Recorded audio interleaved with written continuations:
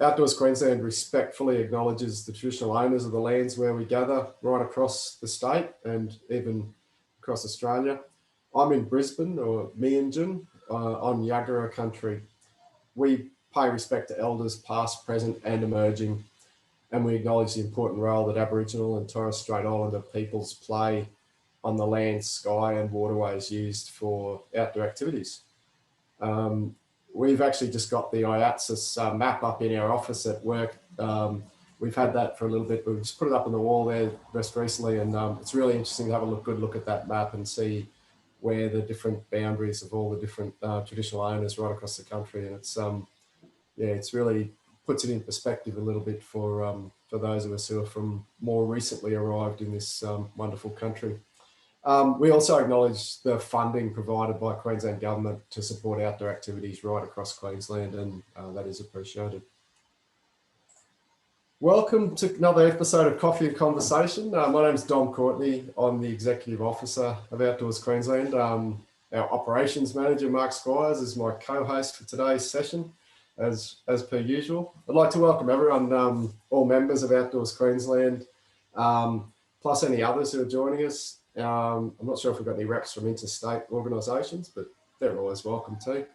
As I said before, recordings are, we do record these sessions, and those recordings are available on our website and on YouTube. We're not quite the YouTube sensation that we have potential to be, but we'll get there one day. This is our 6th scheduled episode of Coffee and Conversation for 2021, but it's also close to a very good date for us. I don't know if it's good, an important date. The first ever episode of Coffee and Conversation was Friday, the 27th of March, 2020. So it's Coffee and Conversation's birthday tomorrow, our first birthday. So I just wanted to say we're so pleased to have brought these sessions to the industry, and just wanted to thank everyone for all their contributions over the past 12 months. And there's been so many people who have contributed to these sessions. So just wanted to mark our anniversary, I guess, or eve of our anniversary today. So much has changed, I guess, since that first session, where it was literally a chat about what is going on out there and how's our sector going to respond to it. We're in a very different place now, but we're still got some of the same issues are still facing the outdoor sector.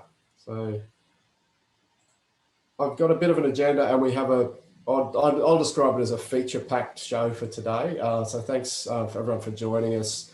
There's a lot on there, and just want to go through some of those things and just see how we go. So I want to give an update on a few things, but also we have Sport and Recreation are joining us to talk about the Active Kit program, which is a funding program that's just been opened this week. So we want to dedicate a bit of time to today's session to that, so people have an understanding of what that program's all about and what the opportunities are in that. So we'll dedicate a bit of time to that, and then keep on rolling. So firstly, the Outdoors Queensland AGM was held last Wednesday.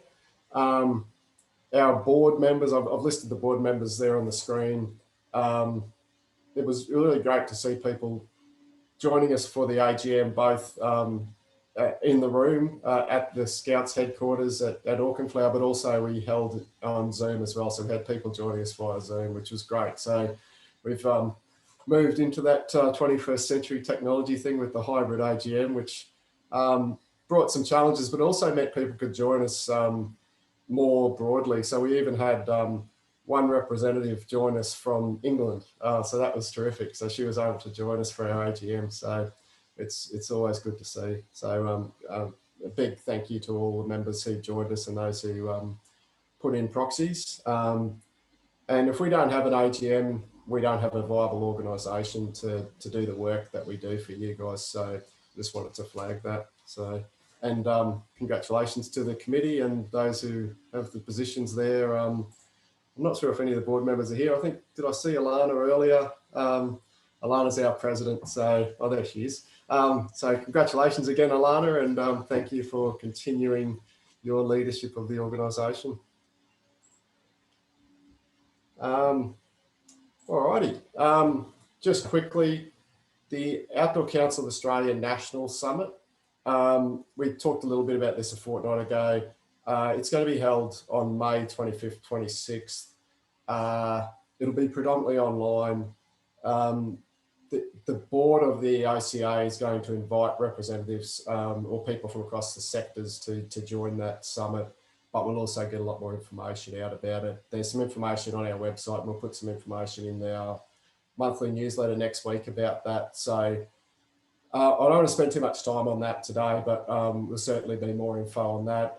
The Outdoors New South Wales and ACT session this morning, their Connect and Share session, there was quite a lot of info about that summit. So, and they have recordings available too, but we'll also keep sharing more information about it as we go on. But yeah, we'll get that all happening very soon. So yeah.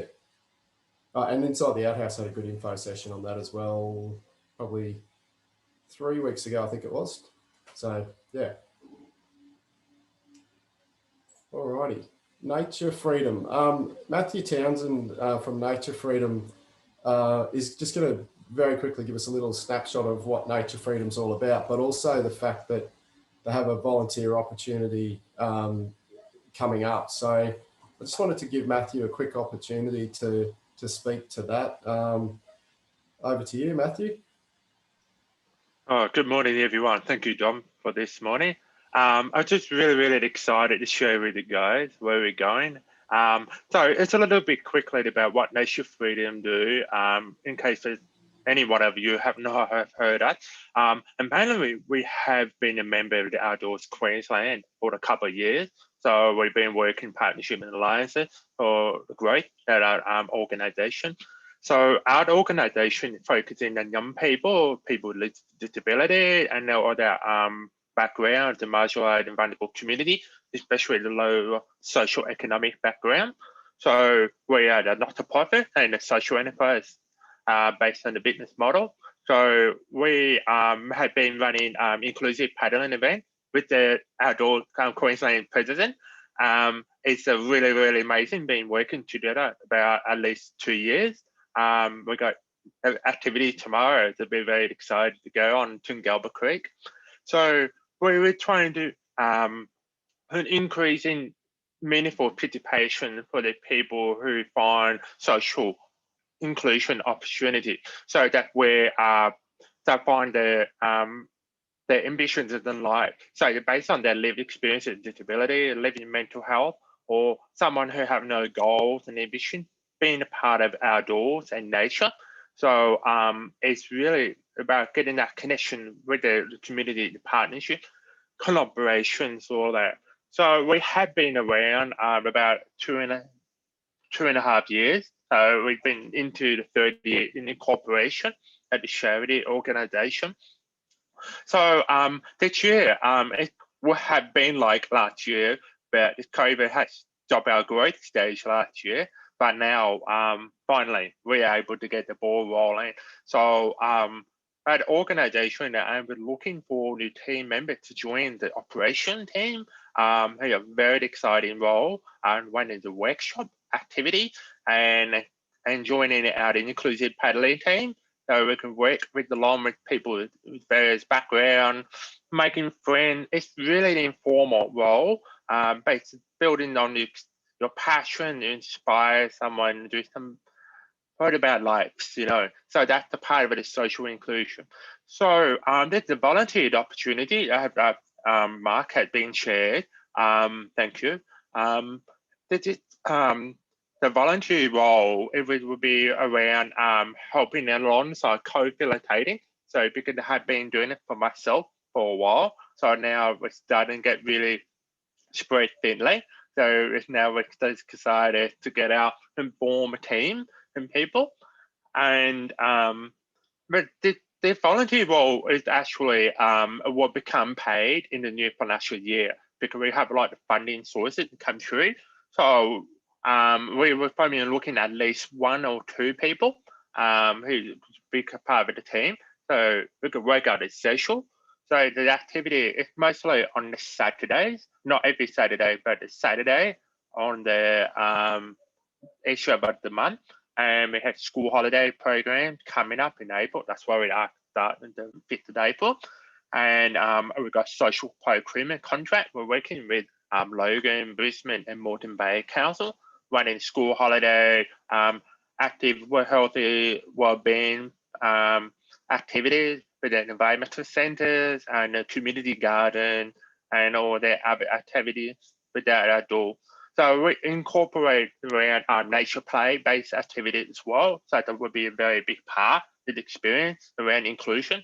It's about being individual, being part of the team.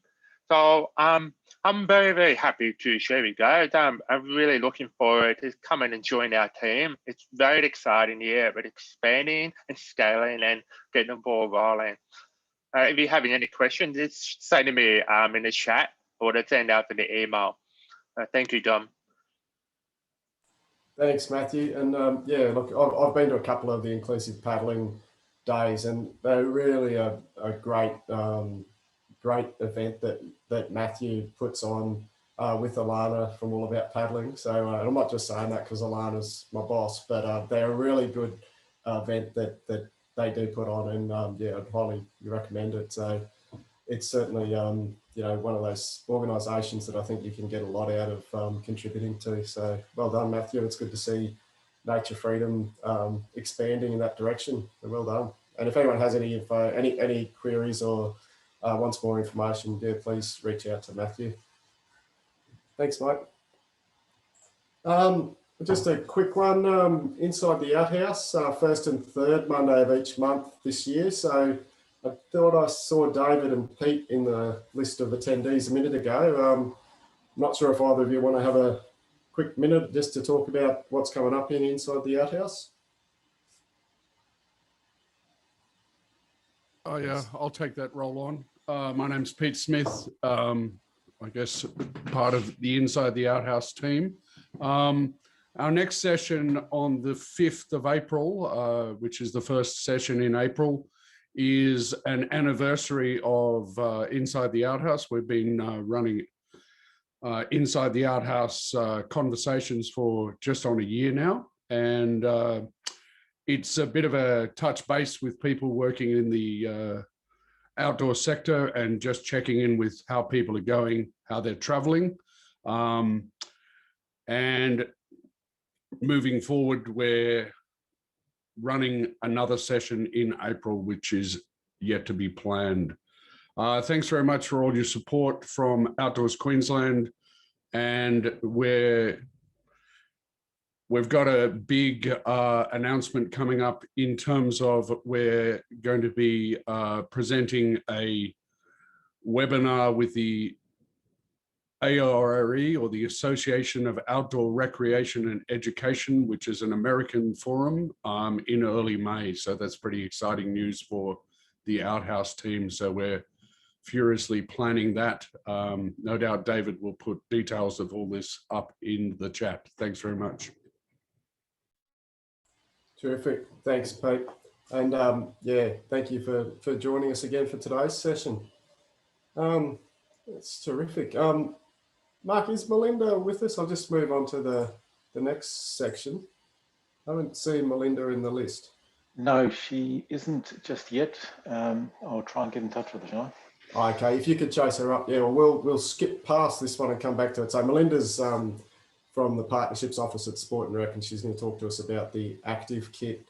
But we'll come back to that. We might just keep plugging along and then come back to it. So yeah, all right. I just wanted to flag Ipswich's draft natural environment policy. That's been released. I mentioned this a fortnight ago. We will put a submission in on that, but it closes the 31st of March, so next week. So we'll just, their policy is actually pretty good. It's a high level policy, but it's really good. And partly they flagged that their natural environment policy will be incorporated into their planning scheme for future. So that's a good sign that they're working across the policies of their council. So just wanted to flag that one if you're interested, particularly for residents or people who operate in Ipswich. It's worth a look and worth giving them some feedback on that one. And similarly, in the world of feedback, Redland City have released this Birkdale Community Precinct for community consultation. It's a pretty large site that they've got. The council actually bought this land. It's 62 hectares at Birkdale. They've got some different ideas around it. I've just put my favourite one on the screen there, which is this adventure and recreation one. They've got a few different, I don't know, architects' ideas or artists' impression of what could be in this space on their website. And this is open until 4th of May. So they've got a couple of community open days coming up, as it says on the screen there. Plus there's some links there to the information. It's actually really impressive what Redland Council is trying to do there. So I think there's a big opportunity in that to provide some feedback on what might be able to be done at that site. Yeah, so there's a survey online, but there's also a whole heap of information you can provide info on. If anyone has any questions, please sing out. Some of these are just sort of bulletins as far as a bit of download some information that you might be interested in. But we'll put some more information on our in our newsletter that'll go out next week too. Workplace health and safety inspections. We mentioned this a couple of weeks ago. Workplace health and safety Queensland have been doing some inspections of different ropes courses, or particularly flying foxes and giant swings. So yeah, just wanted to flag that that is underway. It's still an ongoing matter, and there is that WorkSafe Queensland safety alert out there.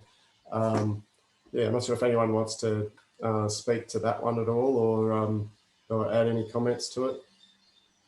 Have you talked to Steve Whitmore at all about that? No, I haven't. I actually tried to get Steve last week, but didn't get him. I haven't spoken to him, but I know there's a few different people. I spoke to Fred Heckeroth from Caldera Dynamic about it as well. And yeah, so there's a bit going on in that space. Yeah, it's interesting. Be worth having a chat to Steve about. Yeah, I think I also spoke to Mark Gomez from Townsville as well. So he's obviously involved in it as well. So there's a little bit different stuff going on from different people's perspectives on what it's all about. So yeah, it's trying to get that whole picture of what it is all about. I've spoken to a couple of people who've had inspections as well. So and the overall impression I got was that the workplace health and safety inspectors have been really trying to work with operators to get everything sorted. It's like it's been an aggressive audit and a challenging process, but some are just trying to understand the source of the advice that's coming for the operators. That's the piece of work that needs to be done a bit more, I think. So my understanding is there's only one zip line in Queensland that actually has that particular type of termination, and it may not be suitable for natural surfaces. That's why I'm saying it'd be worth talking to Steve Whitmore. Yeah, right. Okay. Yeah. So Phil here. Yeah, g'day, Phil. How are we going, Dom? Good, mate.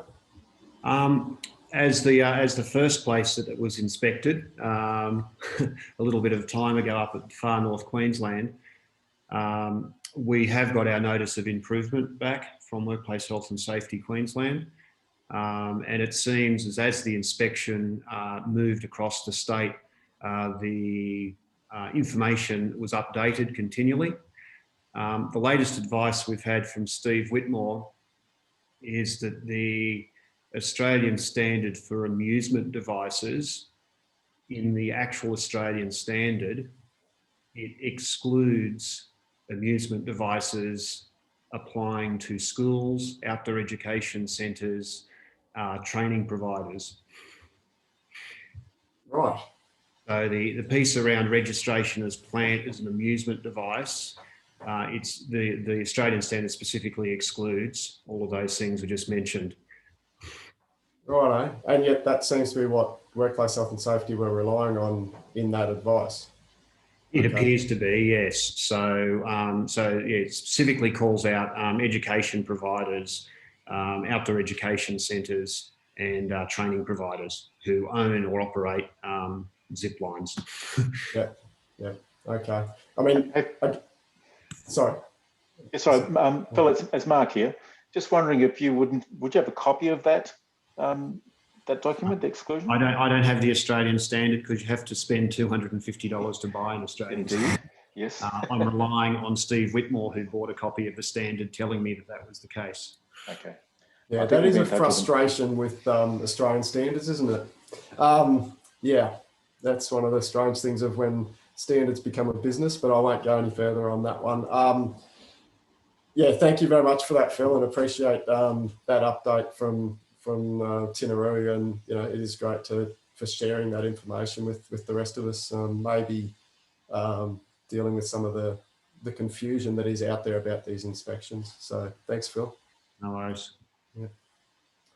All right. We might just scroll back a couple of slides. And I believe that Melinda's now with us online. So I've just got I've downloaded a bit of information about the Active Kit program on the screen.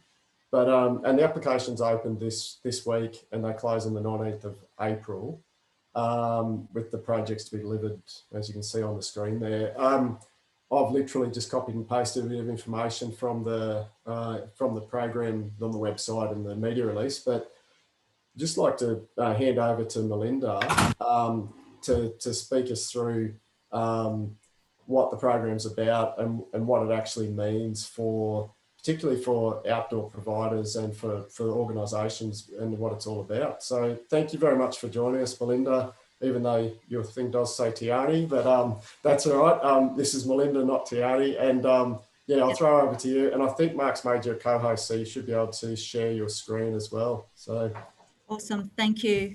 I'm just sharing mine as well, sorry. No, that's okay, all good. Thanks for having me. Firstly, I just want to acknowledge the traditional owners of the land on which we meet today, and also pay my respect to elders past, present and emerging.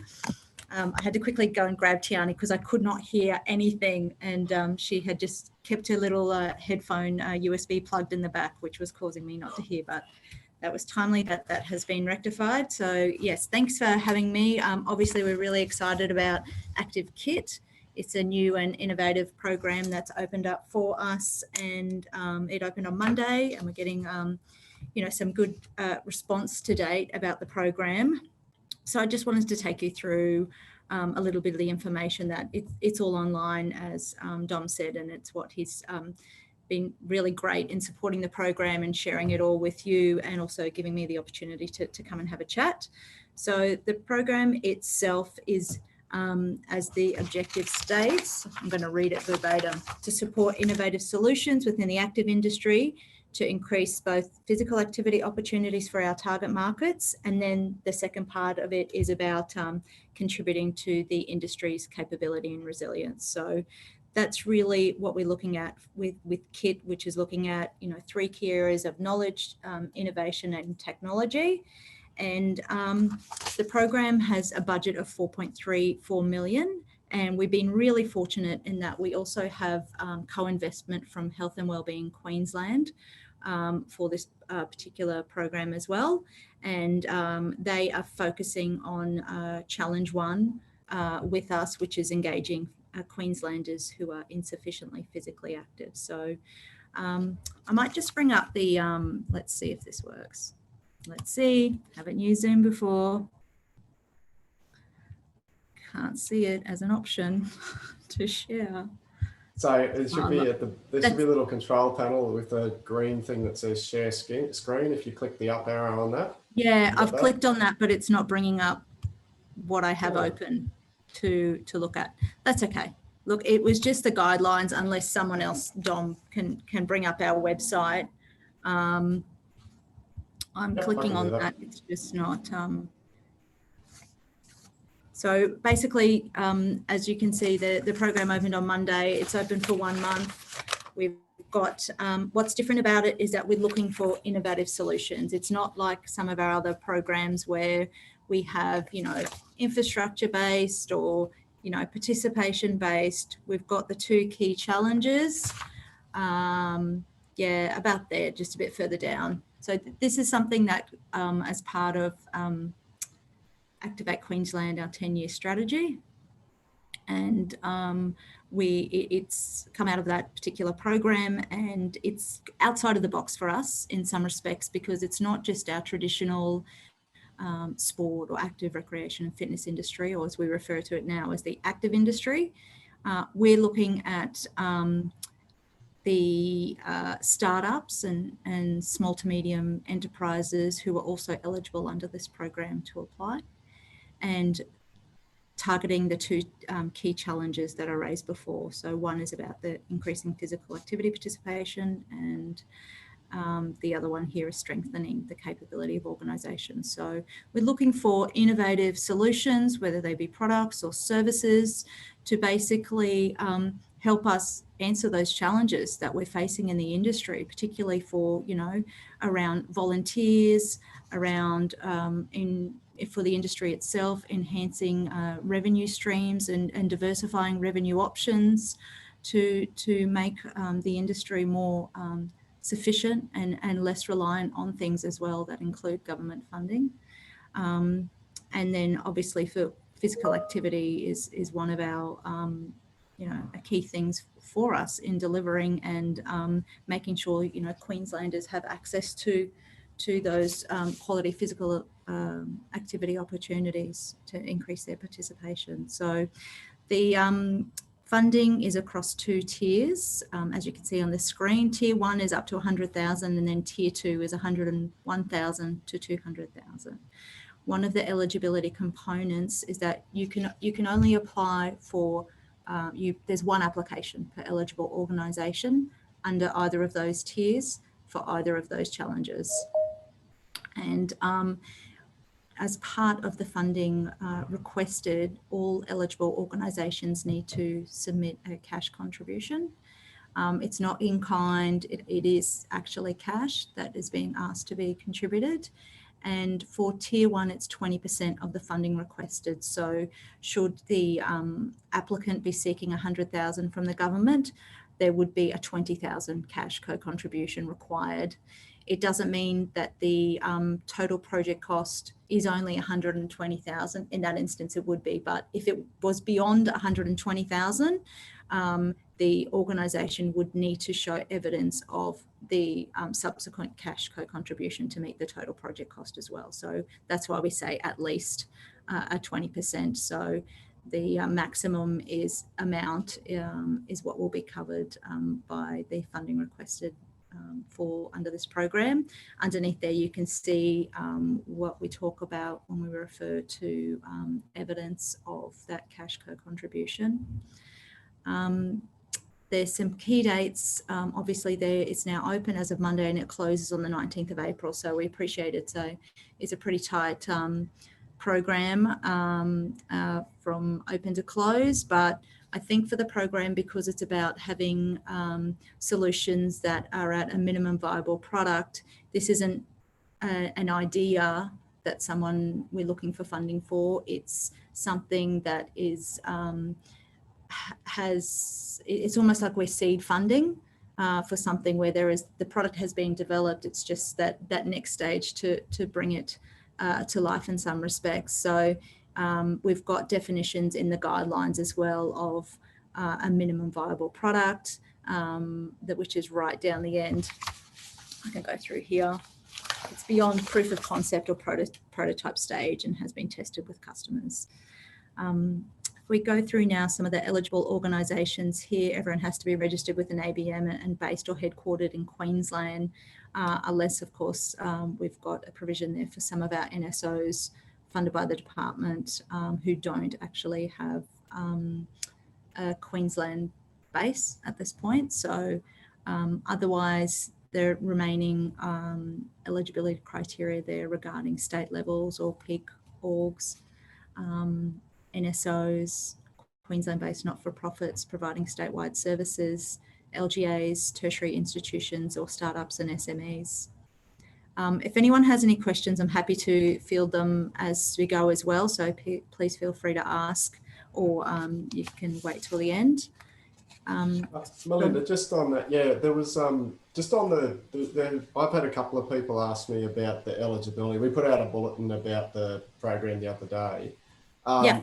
And it's just people, I think, trying to figure out if they're even eligible rather than putting a proposal in. And I guess there's a couple of options: either contact you guys directly to check eligibility, and there is more detail in these guidelines and everything. But one I've had from a couple of different not-for-profit organisations, the question was, well, what when you're saying statewide services, what do you actually mean? Like, do you mean we have to have delivered, programs from, Thursday Island right down to Coolangatta, or do you mean there's potential to do that? And I guess that's the question. I said, I don't know, but probably a good idea to ask you guys, or even join today's session. So. It is one, that has been raised, and we're actually going to be updating the website with the definition of statewide services to make that clear. So what it is, it's the operation of the business as it stands. It's not necessarily what is being applied for,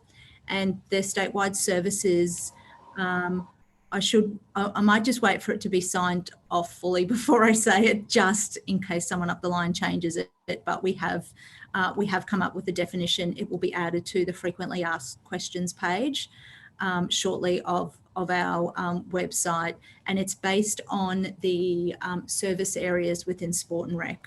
So it's alignment to a number of those service areas in terms of providing services across a specific number of sport and rec boundary areas.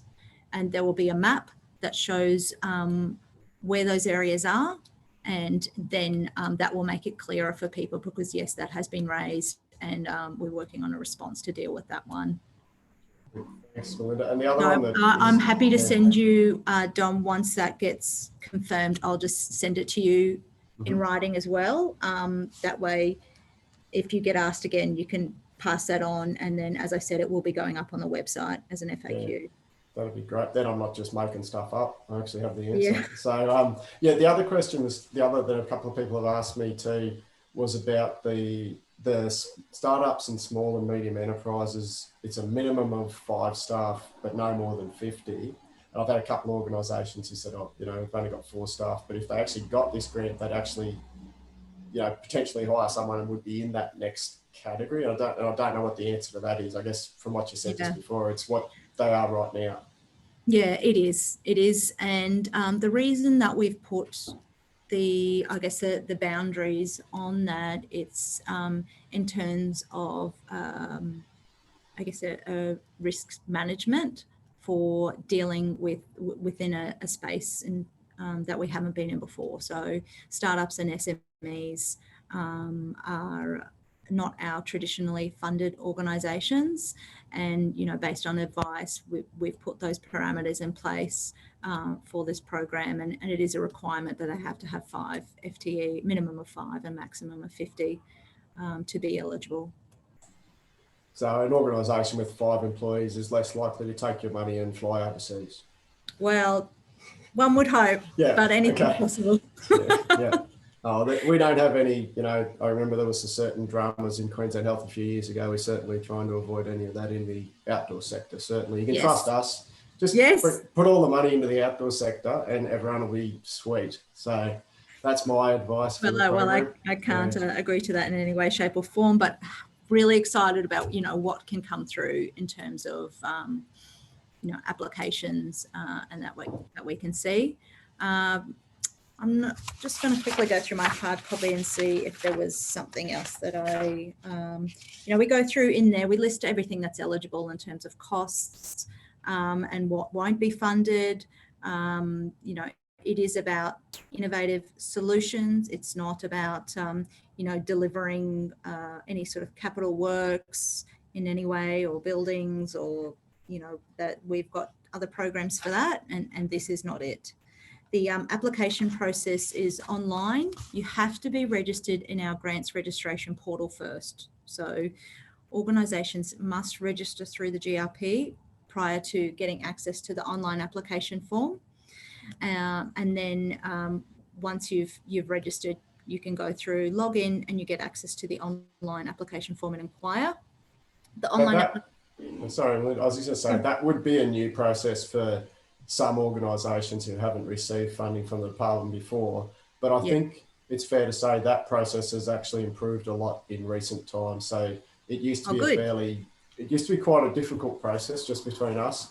But I think it's actually a more streamlined process now, certainly from my experience and speaking to people about it. So I don't think that should put anyone off, but it's just a step that you need to make sure you're thinking about as far as being registered in the system. Yeah, and in particular, don't leave it to the last minute, okay? Because sometimes there are, you know, issues, and I can just stress, if, you know, once you've had a look through the application, the guidelines here, and you know, considered your project, if you want to have a look at the application form online, you do need to go and do that. So I just would recommend doing it sooner rather than later.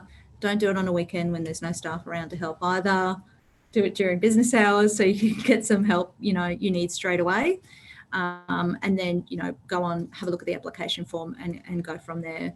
The application form itself is, you know, fairly straightforward, talks about confirming all of the, if you scroll sort of further down, Dom, the next page after this one, it goes through all of the assessment areas. So this is what we're looking at in terms of the projects. First, we determine what the organisation, if the organisation itself is eligible based on, you know, the other criteria that we looked at above.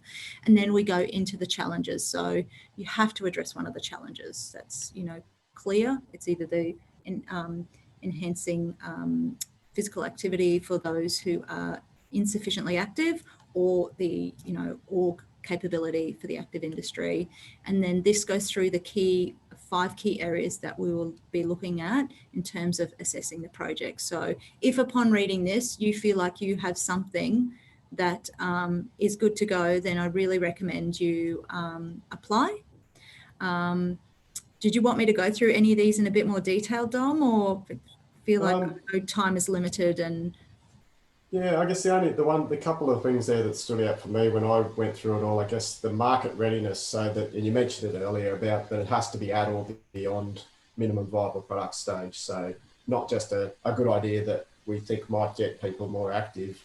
It's got to be something that's already been tested and validated. I guess a question I'd have on that again is, what if it's something that's been rolled out successfully interstate or overseas, but it's never been done in Queensland? Is that the sort of thing you're looking for in that? Does that count as it has been, you know, it's beyond proof of concept? I want to say yes.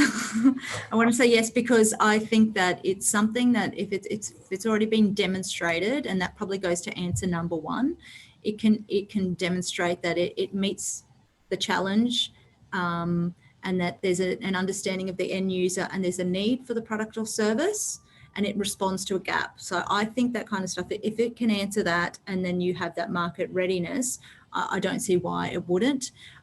Where things can be a little bit blurry in this space is in the section 2, which talks about innovation, and if it shows that it's clearly innovative, unique and new. I think it's about, with some of those ones that are pre-existing, you know, it's about considering scalability, and then whilst it's been tried in an area, it's about expansion and giving, you know, different organisations or different areas within the state access to something that's an existing product. So it's really about going through that application and responding to those questions as best you can, and demonstrating, you know, why this product meets those 5 areas. I don't know if I've answered that, you know, well enough, but it's until you see, you know, the application itself, it's quite difficult to give some advice. So just in the chat, I just had a question there asking if a bundle of related products could be put together in one application. Is that? If what? Say that again. If what could be put in one application? A bundle of related products, so similar, I guess, products or services, if that could be one application to say, we will deliver, I don't know, activity or program A, B and C, which will meet different could be the different cohorts that are identified in the program. Yeah, I don't see why not. If that's the proposal, is either broken up into components or in different, you know, stages of delivery, or different sort of stages, not delivery, just the how that all works. I wouldn't think that's a problem, as long as it doesn't look like trying to put 3 applications into one. You know what I mean? Like, if it's clear that they all align in some way and it's part of an overall thing, great. But if it looks like you're just trying to throw, you know, three applications into one, that won't fly. Right. Yeah, fair enough. I guess, yeah, the clarification on that was, so apps and websites to handle volunteering. So 2 different products, but they meet the same goal. So that's just in the comment in the chat there. But yeah, Click on the chat, I can see. Yeah, I guess the other part of that, which I was thinking about too, is they're quite different cohorts that are listed under, particularly the challenge one, which is about encouraging physical activity. You know, a program that works for the more senior members of communities may not, exactly the same program may not work for the youth section. So it might be interesting to get them doing the same activities together, and there's social bonding and those sort of things, but we have to be realistic about that. So that might be the sort of stuff that we could do there. So maybe that's the sort of thing where it could be the same different programs that meet the same end. I think for those target cohorts in particular, is that, you know, that's the data talked about those that are insufficiently active. So it's not about those who are completely inactive. It's about those who are doing some, but not enough to meet those, you know, standards of physical activity. So that's where that content has come from, or that data that has driven that particular challenge being developed. Perfect. Anything more that you wanted to add? Like, I'm not sure. I'm just scrolling down. I think the rest of it is really approval process and that sort of stuff. But there's nothing else from that point onwards. I think it's more just about organisations considering about, you know, potential linkages with other organisations or even partnering. There might be some organisations who themselves aren't eligible, but if they were to partner with someone who is eligible, you know, they can go through. So it's even if just thinking outside the box a little bit in how innovative products or services could come out of this program. So that's probably my only other comment. Yeah, so that would really be about finding another organisation that is eligible if you're not eligible, but they have to be a good fit with your organisation, and then that's right. There still has to be an alignment there, and obviously it's the eligible organisation who is the applicant and goes through. But then, you know, there's all of the stuff to work through in terms of the cash co-contribution and other requirements and outcomes and how that works. But it's just, I guess, for those who do have, you know, a great concept and are after that seed funding, an option to consider. Yeah, and you say but you'd want in the application to say who the different partners or whatever, even though it's the applicant organisation, you'd want to detail that in the application, who the different people or different organisations who are contributing to the project. Definitely. You want to give that clear picture of, you know, who's involved, and, you know, one of the things in the application form is an inclusion, completion of like a project plan. So there's a project plan and like a budget and other things in there that need to be completed. So as part of, you know, explaining the project or the application, making it very clear of all those parties, you know, involved, and just really answering the questions as, you know, as best you can. There's so I just encourage you, if you have something, to consider it, and you know, even if it's not, oh no, maybe I won't say that. No, I'm gonna stop. Okay, so I'll do a quick summary. Key takeouts: check the information online, we sent out an e-news the other day, bulletin about it. Check that information. If you think you are eligible, register for the for the GRP. grants portal. Yep. And make sure you've got access to that, and don't do that on a weekend, just in case you need some help from staff. Yeah. There is contact details for your team if people have queries about it as well. And again, There's that's a in the partnerships information. email. Yep. And the key part is also look at different opportunities for collaboration in this, on how you might deliver this, and look for innovative programs that are ready to go beyond that proof of concept stage or at the proof of concept. And the final point is we want as many applications from outdoor operators as possible, so that the wonderful things that are happening in the outdoors can be supported through this innovation program. So that's my spiel to everyone here. But yeah, no, that's we very want to good have. So summary. yeah, I appreciate that. And that'll stop me whinging if all the money goes to sport, as long as everyone's actually put applications in. But I'm sure that won't happen. Whinging. So yeah, but I do whinge sometimes, so we have to acknowledge that. But yeah, thank you very much for joining us today, Melinda, and appreciate the information about the program. And it is a significant program, and it's great to see it's something. I think the term, I put it on the screen, was about shifting the dial on participation and on investment. And it is an investment in the future for the health and wellbeing of the state, but also in relation to the active industry and the capability of organisations. So it's a really positive move, I think. And the fact that it's broadened out a bit, and as far as who can apply for this funding, again, it's good to see that happening from the department and from the government. So thank you very much for joining us today. Yeah. Thank you. Thanks. And any other questions, either come through yourself or people can email the partnerships team directly, and the team will get back to you as soon as we can. Terrific. Thank you very much. Awesome. Have a great day. Have a great weekend, everyone. See you. Cheers. Bye, Melinda. All righty.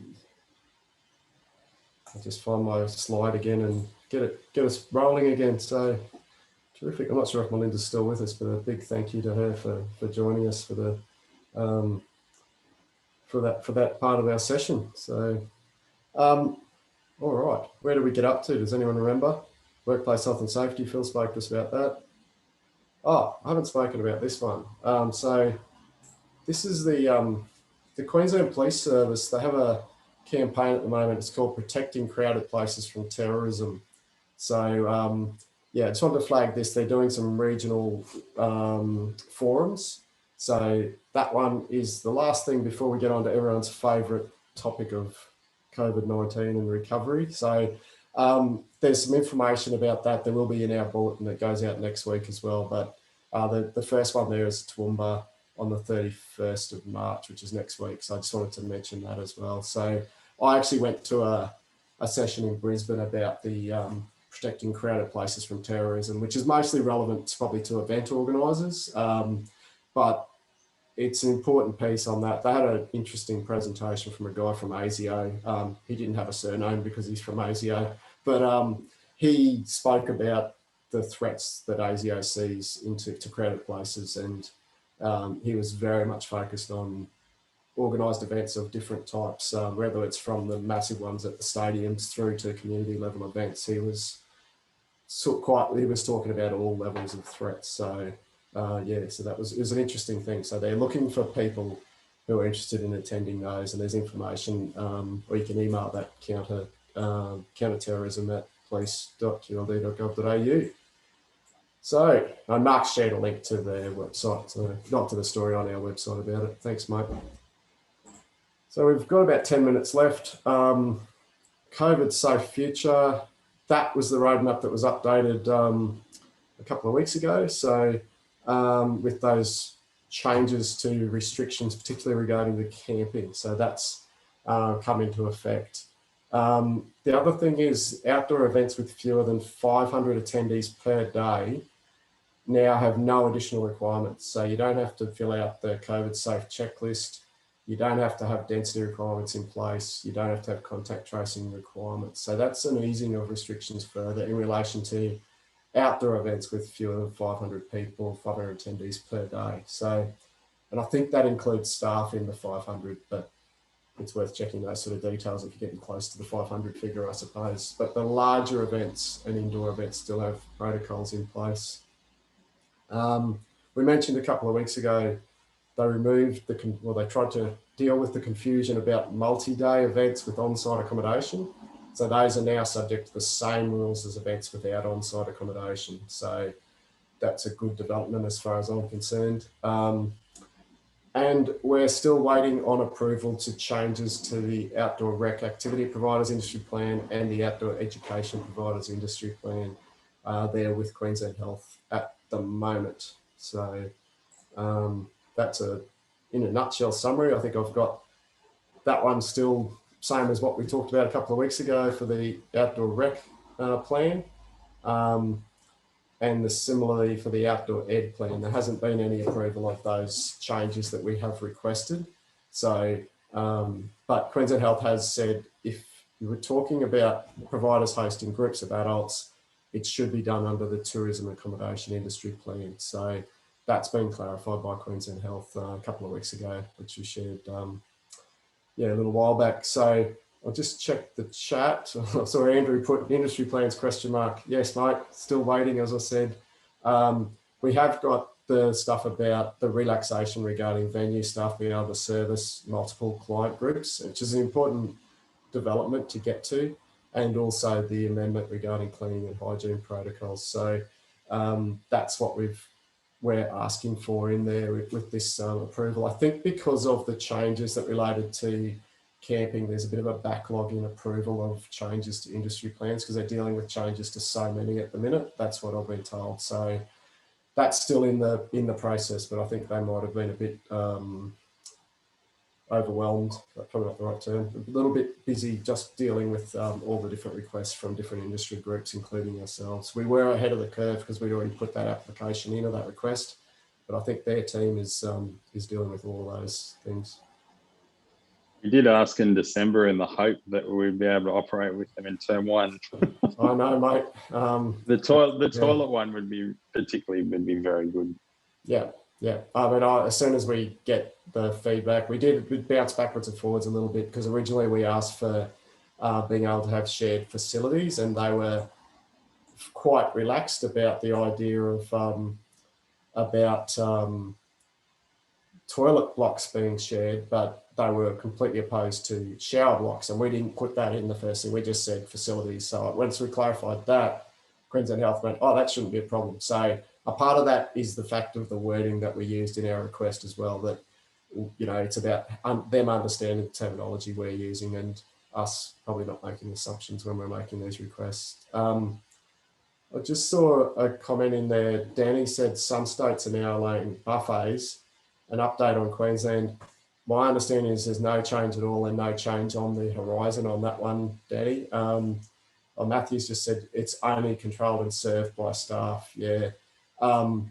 That's what the self-serve buffets is still a no-go, and I haven't heard of that even being considered by Queensland Health. But whereabouts in other states is it being allowed, Danny? I haven't heard a whisper that maybe in Tasmania they're allowing that. Victoria, okay. It's not encouraged, but it's not outlawed. Not encouraged, right? I guess the bit that I think the part of that goes all the way back to I think the buffets on the cruise ships were a identified problem back literally 12 months ago. So I'm not sure. David's just said buffet should never be encouraged.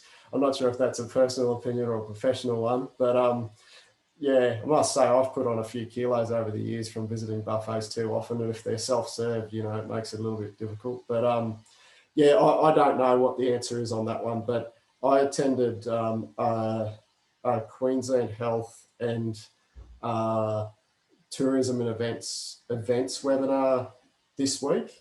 And that was about COVID safe events. And they had a guy from Queensland Health, and he specifically highlighted that you can't have self-serve food at events as well. And he's one of the compliance team from Queensland Health.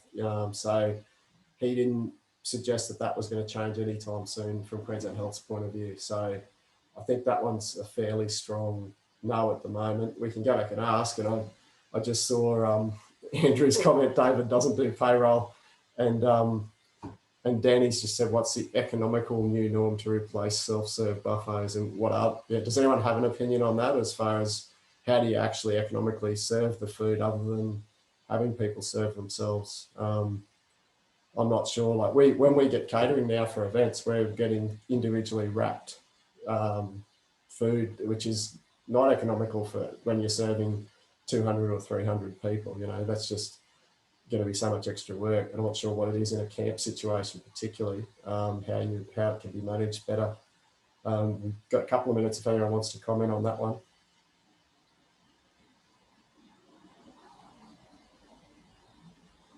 A whole lot of silence. Does that mean there is no economical way to do it other than having staff literally serving every single meal to every plate? I will say that one thing that the guy from Queensland Health flagged in the event when he talked about everyone who's doing food service needs to have done the online training module that Queensland Health, I think, has put up. I think it was either Queensland Health or it was from QTIC. But he flagged that was an important part of the protocols in that as well. So the online training, what he said there, and I guess the question is it a matter of you could potentially have, a member of the client who's done that training who could do the service? I don't know. That's up to you as well as on your workplace health and safety situation as far as allowing other people to do that. I'm not sure what the protocols you'd need to have in place to do that. I just saw individually wrapped is not great for the environment. Yes, I agree. And then Danny said campgrounds that cater are allowing buffets. So do you mean like literally a commercial campground, Danny? Yeah, I literally mean that a recent camp on the Sunshine Coast campsite that hosted hundreds of people provided food in self-serve buffet style on tables. Yeah, I mean, this is they're not a restricted business anymore, so they don't have to operate under any industry plans. Yeah, and that, I mean, I guess the question's going to come, it's a hard one, isn't it? Like, why there's two different sets of rules still as far as restricted businesses and non-restricted businesses. I just saw won't have any negative feedback from schools about allowing self-serve buffets because they don't have any experience of why we're doing it so hard anyway. So you're not going to get kickback from them. Yeah, it's more about, I guess, what the level of confidence that Queensland Health have in relation to any of these protocols. And I'm, as I said, I can't see them just providing that's all right. They've been very hard on that one, and they were certainly even talking about it in that event workshop the other day. So they're talking about the food service elements of any event. So would it be your perspective then, based on those discussions, that it is unlikely for self-serve buffets to ever return? Oh, I don't know about ever, but certainly while we're still in this current situation, I don't think there's any situation. The one thing they did say, the guy said, particularly in relation to larger events, he said the Chief Health Officer has a lot of confidence in the vaccine and the vaccine rollout process. And he said he thinks that a lot of restrictions will be lifted once if there's significant take up of the vaccine across the community. He pretty much said he thinks that's when things will change. He said a lot of that is about the science behind that side of things. And he was quietly confident, I suppose would be the term. And he's quite a senior operator within Queensland Health. I've had some other meetings with him previously. And he was saying that's where he thinks it's going to be. But again, that's, one outbreak could put us back, I suppose. So he was saying that he thinks that the vaccine rollout could make a real difference. And this was a conversation in respect of events, so it's a little bit different to ongoing business operations. But I think that's possibly a bit of light at the end of the tunnel. But I guess it's a matter of when that might be. Yeah, can I just take that a little further? What's everyone's opinion on, for example, going to the extent of putting all your pieces of bread in single serve, you know, buying them packaged, whatever, so that, you know, they're only picking up their individual pre-packed piece of bread, but then physically putting it in the exact same apparatus to cook it in, which it could mean pressing a button that everyone else has just pressed, or it could, or for example, extending that through to allowing people to access the same jug to make their own cup of tea, so they're all picking up the same handle, or putting jugs of cordial out on tables. Is that still everyone's opinion that that's buffet and not allowed, or is there some flexibility being executed now?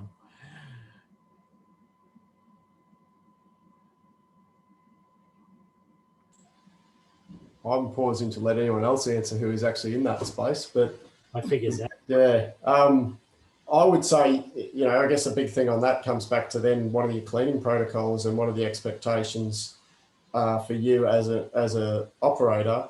You know, whether it's the cleaning products are there and you have a nice big sign that says, you know, please clean this in between every use or whatever, so nothing's being spread. And I guess that's again about that risk management protocol that you have in place. So my take on it, I think, is probably still, you know, there's still talk about, you know, the whole stuff about not having water bubblers, not having those sort of things. That's still going. So it's still probably a precautionary approach to some of this, but I understand it is actually hurting the bottom line for a lot of operators in school camps, but also in other areas of the outdoor sector. Event organisers particularly are trying to manage some of these things in different ways too. So there's more than one way to skin a cat in this stuff, so to speak, without harming any animals, but it's really about what works in your setting, I suppose. And I'd actually be interested to hear if anyone has any comments on the question Danny just raised.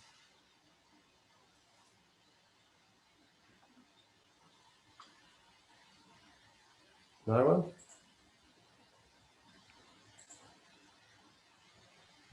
Sounds like it's an open question. It sounds like there's accusations being made, but we don't know any specifics. Oh, I didn't take it as an accusation from Danny. I thought it was more a hypothetical, but it's mostly a hypothetical. But I had a minor bit of insight to one of the boarding schools. You know, we're relaxing some of their practices on that. So they might be doing it on a family group basis. That whole family unit idea, maybe. No, theirs was just a communal dining space for all the different kids at a boarding school. Yeah. But there's also, I mean, I've been to plenty of places. I went to a place for a party, and not only was it self-service, they didn't even have utensils to help serve. You just had to dig your hands into baskets of wings and all sorts of things. It was really off. But anyway. Did you go home hungry from that one, Andrew? I just shook my head. But anyway, yeah. I do find it difficult. And we said this you were there when we said this to Queensland Health. I mean, all the stuff we're doing around zones and contact tracing and all that sort of thing. And then you go to any food court, and because they're considered takeaway and it's just a free for all and there's no contact tracing. And if you go into the big food courts, as soon as one person gets up from a table, the next person is straight onto it. There's one cleaner trying to, you know, clean 300 tables and chairs, which is impossible. And, you know, compared to the lengths that school campsites are going to and what's happening just in general society, it's a bit of a head scratcher sometimes. Yeah.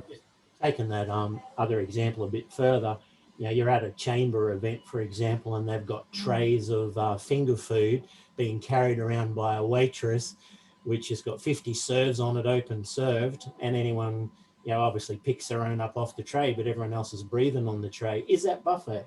Or is there an allowance for that? I don't know. Displays of food. It depends which industry plan, because if they're under the pubs and clubs, you can have open displays.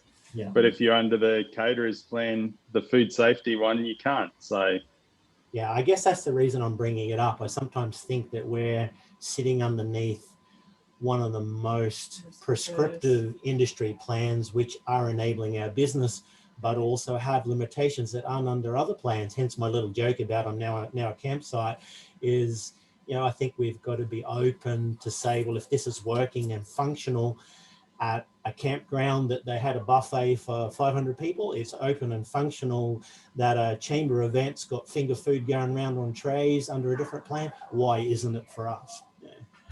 Yeah. And that could be addressed in some of the changes we've requested in the industry plan. Like, we are continually asking for these changes, but it's a matter of also getting it approved and getting it rolled out. So hopefully that will come through and we can make some changes to that. Like, I understand it's these things are directly affecting business operations right across the state. So I guess, Tom, I was yeah. equally aware that it's our job who see things on the cold face to feed them back to you so that you can actually know what's really going on in places where we find ourselves. So that's why I thought it was worth sharing. Yeah. No, thanks, Dan. Yeah, appreciate it. Cool. I did put that email address there for the Sport and Rec, the COVID team there. So it's a not exactly memorable email address, but yeah, that's a good one too. If you have some curly questions, you can use that, and also just that little bit about the public health units. Yeah, and Andrew mentioned we did. Andrew had one at Mapleton Centre, which was very valuable.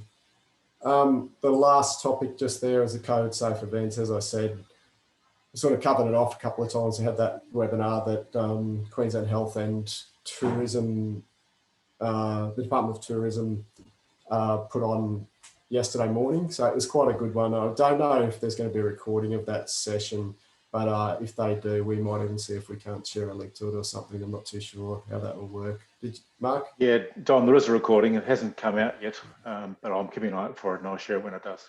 Yep. Okay. I'm sure that as a government workshop or webinar, they'd be happy for us to share that far and wide. It was quite a good session, I thought. Yeah, just an hour. So it's not going to take up too much time of our valuable time. So that's about it. We've sort of ripped through a few things pretty quickly. I would encourage that active kit, have a look at that program, the eligibility stuff and the guidelines, particularly the information on the website. And big thanks to Melinda for joining us today. And thanks to everyone. Yeah, and I guess these sessions are, I think they're still of value to so many people. Really happy to have done them. I was a bit surprised when I realised that we've almost had a birthday for these sessions. I didn't realise we started them in March. I thought they started in April, but I'm so pleased that we've managed to keep bringing these sessions to everyone. And I think we've added a bit of value to through these chats, even if it's just for an hour, or today, an hour and 10 minutes. This is the extended play version of these ones. So thank you all for your contributions over the time, and yeah, really appreciate everyone joining us. But yeah, that's about it for today. Unless anyone has any other burning topics that you maybe want to flag for next week, happy for you to pop that in the chat or sing out. No burning topics other than what we've just talked about for the last hour. Yeah, so when I say next week, it's a fortnight's time. So it'll be on the Friday, the 9th of April. And it's hard to believe we're already a quarter of the way through another year. But yeah, thank you very much for joining us. And yeah, look forward to seeing you again sometime soon. We'll finish up now. Thank you.